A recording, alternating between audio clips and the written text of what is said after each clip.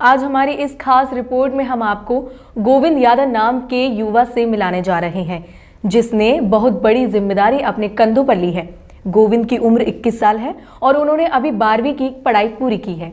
आगे की जानकारी देने से पहले आपको बता दें, गोविंद उत्तर प्रदेश के भदोही जिले के रहने वाले हैं। उसके पिताजी पीआरडी में तैनात हैं। परिवार में एक बहन और 3 भाई हैं। गोविंद जिस उम्र के हैं, उस उम्र में अमूमन युवा वेब सीरीज, सिनेमा, पार्टी और एंजॉय करने में मगन रहते हैं। लेकिन गोविंद ने अपने कंधों पर एक बड़ा संकल्प लिया है।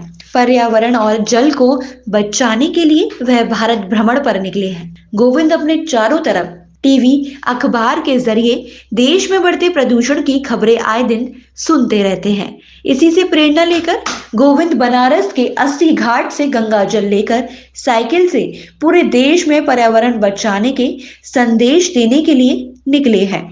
गोविंद एक दिन आगरा में ही रुके और अब वह भोपाल होते हुए मुंबई पहुंचेंगे, जहां 19 तारीख को छत्रपति शिवाजी के जन्मदिन के अवसर पर बनारस से लाए गंगा जल को उनकी मूर्ति पर चढ़ाकर अपनी यात्रा करेंगे। अपने साथी रंजीत चौहान के साथ हरिकांत शर्मा की रिपोर्ट। अभी हम आपको एक ऐसे शख्स से मिलाने जा रहे हैं, एक ऐसे युवा से मिलाने जा रहे हैं जिन्होंने एक बहुत बड़ा काम अपने कंधों पर लिया है। गोविंद नाम है इनका, गोविंद यादव पूरा नाम है, और इन्होंने बनारस के 80 घाट से गंगा जल लिया है और मुंबई जाएंगे, और वो जो भी जाएंगे साइकिल से। और मुंबई वहाँ पर 19 फरवरी को छत्रपति शिवाजी का जन्मदिन है, तो वहाँ पर छत्रपति शिवाजी की मूर्ति पर वो गंगा जल अर्पित करेंगे।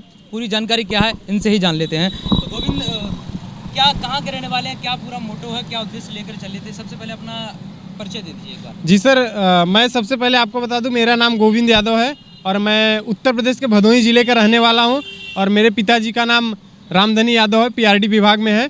और मैं अपने ज़िले से 26 जनवरी को एसपी साहब द्वारा हरी झंडी दिखा करके मैं निकला हूँ। और जल पर्यावरण बचाओ अभियान के तहत हम लोग जल है तो कल है, एक नई पहल, एक नई कोशिश पर्यावरण पहल चलाते हैं, जिसके माध्यम से हम लोगों को आगाह करते हैं कि आप जितना हो सके जल बचाइए, पेड़ पौधे लगाइए। और उसके माध्यम से मैं बनारस से 80 घाट से गंगा एक बहुत बड़ा आपने काम लिया है अपने कंधों के ऊपर। तो कहाँ से प्रेरणा मिली और क्या विचार आया आपके दिमाग में कि चलिए भाई साइकिल लेकर निकलते हैं, देश की यात्रा करते हैं? जी सर, मैं मुंबई में पढ़ाई किया हूँ 8वीं क्लास तक, और वहाँ पर तीरंदाज विलेज मनपा हिंदी शाला उड़ान इंडिया फाउंडेशन एक संस्था है, जहाँ पे हमें देशभक्ति के बारे में पढ़ाया जाता था कि मतलब एटलीस्ट आप कुछ करो लेकिन देश के लिए थोड़ा बहुत काम करते रहो। तो उसी से मुझे प्रेरणा मिली। और मैं इससे पहले सन 2019 में भदोही से बॉम्बे तक की साइकिल यात्रा जल पर्यावरण बचाओ अभियान के लिए कर चुका हूँ। ये मेरी दूसरी साइकिल यात्रा है। और इस दूसरी साइकिल यात्रा में मुझे दिल्ली पहुँचने पर सपा मुखिया आदरणीय राष्ट्रीय अध्यक्ष श्री अखिलेश यादव जी ने वहाँ पर हमें सम्मानित किया, और सम्मानित करने के बाद मुझे वहाँ से विदा किया।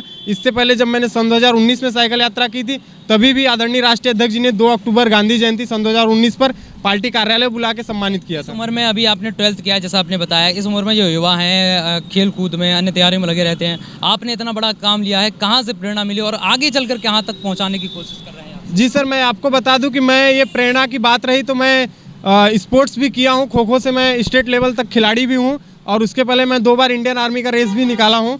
और मैं उसमें असफल होने के बाद, एक बार रेस निकली थी, एक बार नहीं निकल पाई थी। उसमें असफल होने के बाद मेरी मेहनत बेकार ना जाए, इसलिए मैं देश की सेवा कर रहा हूँ। और आगे मैं इसको बड़े प्लेटफॉर्म पे पूरी दुनिया के सामने रखने वाला हूँ, क्योंकि यदि जल और पर्यावरण आज नहीं बचाएगा तो आने वाले समय में देश ही नहीं पूरी दुनिया के लिए एक बहुत बड़ी संकट होगी। बिल्कुल, आपने बहुत बड़ी बात कही कि अगर पर्यावरण को बचाना है, जल को बचाना है, क्योंकि ये लोगों की आम जरूरत, बुनियादी सुविधा, आम जरूरतों में से है।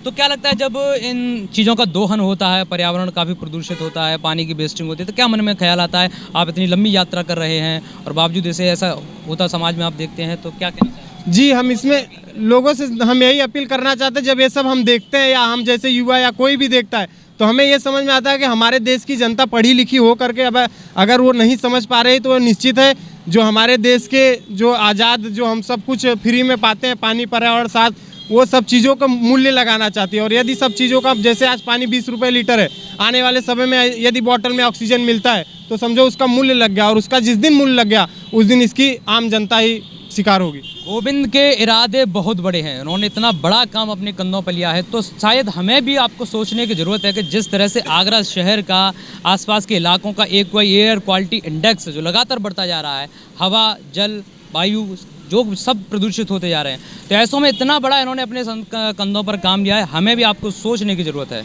अपने साथी रंजीत के साथ हरिकांत शर्मा, दर्पण न्यूज़ आगरा।